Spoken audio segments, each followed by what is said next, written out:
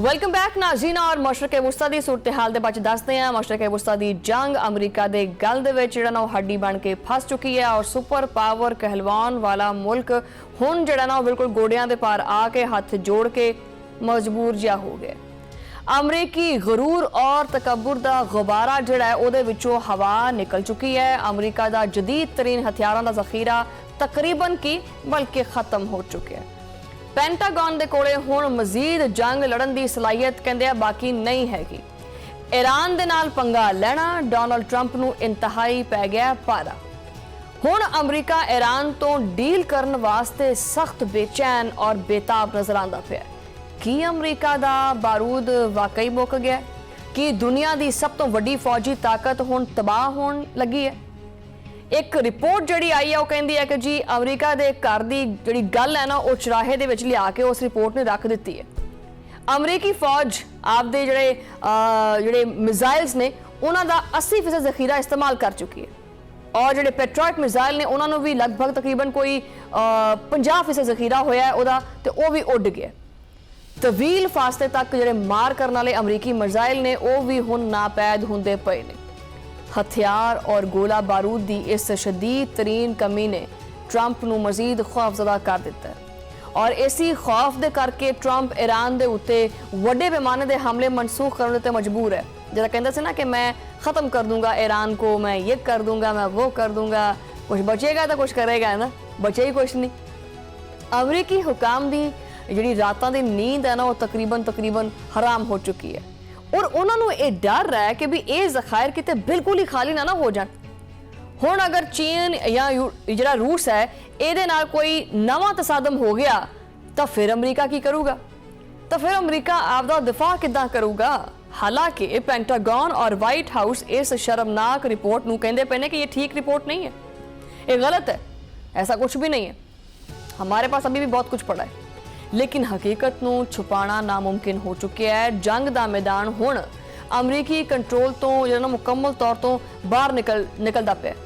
बौखलाहट का शिकार सदर ट्रंप हुण मीडिया के सामने आकर सफाइयां दिंदा फिरदा। ट्रंप का कहना है कि ईरान के मामले के उत्ते काफ़ी पेशरफ्त हुंदी पई है और तकरीबन अगले कोई 48 घंटियां दे विच सारा कुछ खुल के सामने आ जाएगा।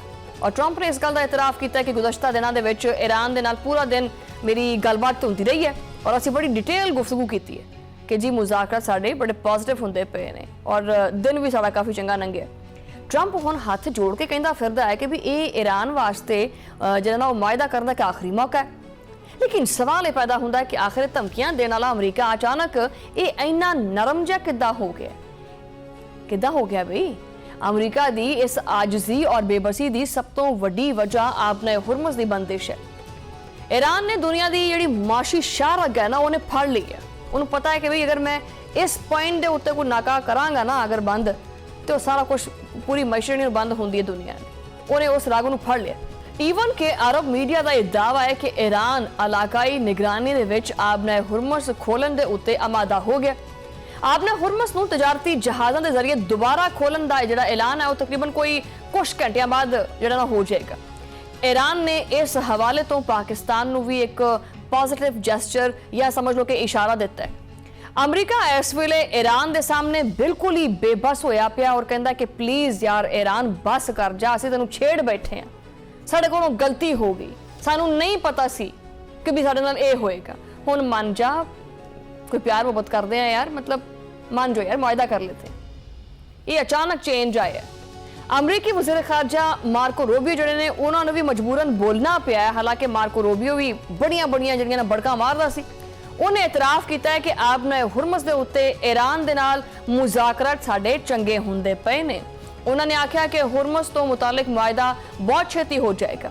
कतरी हुकाम का कहना है कि सालसां के जरिए अफ्रीकैन दे विच जिहड़े संजीदा मुज़ाकरात ने वो हजे भी मुसलसल जारी ने और बहुत छेती दुनिया के सामने एक बहुत बड़ी पेशरफ जिहड़ी ना वो आएगी।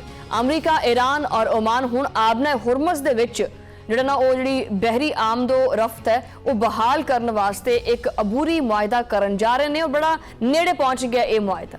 और इस ब्रेक थ्रू का बाज़ाब्ता जिहड़ा ऐलान है वो भी असीं कर देवांगे। अमरीकी एक नशरियाती इदारा है उन्हें इस सफारती पेशरफ की जिहड़ी अंदरूनी कहानी है उहदे उत्तों भी पर्दे चुके ने ਉਸ ਰਿਪੋਰਟ ਦੇ ਵਿੱਚ ਆਖਿਆ ਗਿਆ ਕਿ ਇਹ ਮੁਜਵਜ਼ਾ ਜਿਹੜਾ ਹੈ ਉਹ ਅਬੂਰੀ ਮੁਆਹਿਦਾ 7 ਦਿਨਾਂ ਦੇ ਵਿੱਚ ਹੋਏਗਾ ਔਰ ਇਸ ਨਿਜ਼ਾਮ ਦੇ ਤਹਿਤ ਆਬਨਾਏ ਹੁਰਮਜ਼ ਦੇ ਵਿੱਚ ਦਾਖਲ ਹੋਣ ਵਾਲੇ ਤਜਾਰਤੀ ਜਹਾਜ਼ ਈਰਾਨ ਦੇ ਸਮੁੰਦਰੀ ਰਾਸਤੇ ਤੋਂ ਲੰਘਣਗੇ, ਜਦਕਿ ਵਾਪਸ ਰਵਾਨਾ ਹੋਣ ਵਾਲੇ तमाम ਜਹਾਜ਼ ਜਿਹੜੇ ਨੇ ਉਹ ਜਾਣਗੇ ਓਮਾਨ ਦੇ ਸਮੁੰਦਰੀ ਰਾਸਤੇ ਤੋਂ। ਠੀਕ ਹੋ ਗਿਆ। ਇਹ ਪੂਰਾ ਨਿਜ਼ਾਮ ਈਰਾਨ ਦੀ ਬਰਾਹ ਰਾਸਤ ਰਾਬਤਾਕਾਰੀ ਔਰ ਨਿਗਰਾਨੀ ਦੇ ਵਿੱਚ ਨਾਫਜ਼ ਕੀਤਾ ਜਾਏਗਾ ਔਰ ਇਹਦਾ ਮਤਲਬ ਇਹ ਹੈ ਕਿ ਹੁਣ ਸਮੁੰਦਰ ਦੀ ਬਾਦਸ਼ਾਹੀ ਜਿਹੜੀ ਹੈ ਉਹ ਹੋਏਗੀ ਈਰਾਨ ਦੇ ਕੋਲੇ। ਮੁਆਹਿਦੇ ਦੀ ਮੁੱਦਤ ਦੇ ਦੌਰਾਨ ਕਿਸੇ ਵੀ ਤਜਾਰਤੀ ਜਹਾਜ਼ ਤੋਂ ਟੂਲ ਟੈਕਸ ਜਾਂ ਟ੍ਰਾਂਜ਼ਿਟ ਫੀਸ ਜਿਹੜੀ ਹੈ ਉਹ ਵਸੂਲ ਨਹੀਂ ਕੀਤੀ ਜਾਏਗੀ।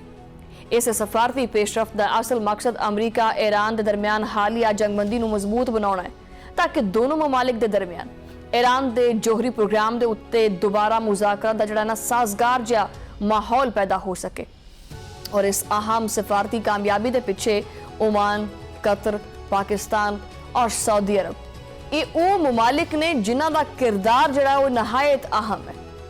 इन्हां ममालिक ने पिछले चंद हफ्तियां दे विच दिन रात अपना एक करके नींद नहीं लई। ये सारे ममालिक ने आख्या कि जी अमरीका और ईरान की जंग जब खत्म होगी तभी हम सुकून की नींद सोएंगे। ठीक है, उदों दी नींद नहीं पूरी की इन्हां मुल्कां ने, उदों लगे सालसी कराउण वास्ते ते आखिर देखो सालसी दी रावां हमवार कीतियां ने इन्हां मुल्कां ने।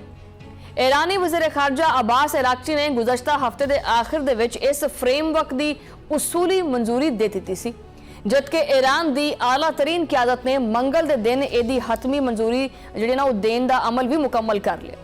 अगरचे ताहाल अमरीका या ईरान की तरफों सरकारी तौर के उत्ते इस मुआहिदे का कोई ऐलान नहीं किया गया, लेकिन जराए तस्दीक करते पे है कि अमरीका हुण मुकम्मल तौर के उत्ते गोडियां भार आ चुके हैं।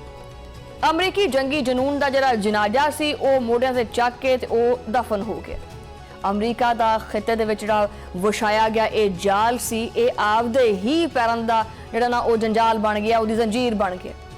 डोनाल्ड ट्रंप की जिहड़ी ताकतवर सदर बनने की जिहड़ी कोशिश थी वो नाकाम हो गई है और ईरान ने यह चीज़ साबित की है कि जज्बा और हिकमत अमली के सामने ये जिहड़े जदीद तरीन अमरीकी जिहड़े हथियार ने ये जिहड़ियां तकनीकां ने ये फेल हो जांदियां ने। अमरीका के जिहड़े खाली हुंदे होए बारूद के ढेर ने ना और जिहड़ी डिगदी हुई मैशत है इन्हें दुनिया के सामने इनू रुसवा कर दिता है और सुपर पावर जिहड़ा ताज है ना जिहड़ा सिर ते पाया होया है वो बस डिगण ही वाला है, जमीन के उत्ते आएगा। और अगर अमरीका ने हुण भी अपनी जिहड़ी अकल है जिहड़ी कहंदा ना कि हमारे पास ही सारी है, अमरीका यही कहता है कि जी विजडम जिहड़ा ना पूरी दुनिया में है ही नहीं किसी को, सिर्फ मेरे कोले है। और अगर हजे भी इन्हें अपनी ये अकल इस्तेमाल ना की और जंग की कोई अगली अग भड़काउण की कोशिश की तां नतीजा जिहड़ा हुण अमरीका के सामने इस तो भी ज़्यादा खतरनाक होएगा। अमरीका का वजूद आलमी नक्शे के उत्ते एक विचारे जे मुल्क का बनया पिया, बेबस जिहा मुल्क। मशरक़े वुस्ता दे विच हुण अमरीका की मनमानी का जिहड़ा दौर है ना ये हमेशा हमेशा वास्ते खत्म हो चुका है और यही वजह से कि डोनाल्ड ट्रंप बार बार धमकियां देंदा सी। हुण दुनिया सिर्फ और सिर्फ ताकत की बजाय बराबरी और हक दे असूलों के उत्ते चलेगी। ये चीज़ साबित की है ईरान ने।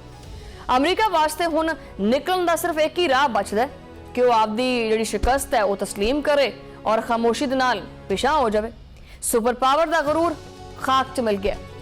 ईरान की सख्त हिकमत अमली ने अमरीकी ताकत जिहड़े अपने आप को तुरम खान समझते सी ना वो सब कुछ मलिया मेट करता है। जिहड़ा मुल्क कल तक दुनिया के उत्ते हुक्म चलांदा सी अज वो बेचारा आपदी ही बका दी जंग लड़दा फिरदा है। तारीख गवाह रहेगी कि मशरक़े वुस्ता दी ये जंग अमरीका दे जिहड़ा ना वो गल दी हड्डी बन के रह गई। लेकिन हुण सवाल ये भी है कि किहड़ी ये जंग है इहदा बोझ चकेगा कौन, कौन किस पोजीशन च आवेगा आने वाले टाइम दे विच। कि वाशिंगटन बैक वक्त ईरान, चीन और रूस वर्गे महाजां वास्ते अपनी ताकत महफूज रख सकेगा या ईरान ने अमरीकी जंगी मनसूबाबंदी की जिहड़ी कमजोरी है वो सामने लिया के रख दी है। सवाल ये भी है कि अगर जंग ही फैसला कुन रास्ता हैगी सी तो फिर मुज़ाकरात दे विच इन्नी छेती क्यों की? अगर मुज़ाकरात ही रास्ता हैगे सी तो फिर जंग क्यों की?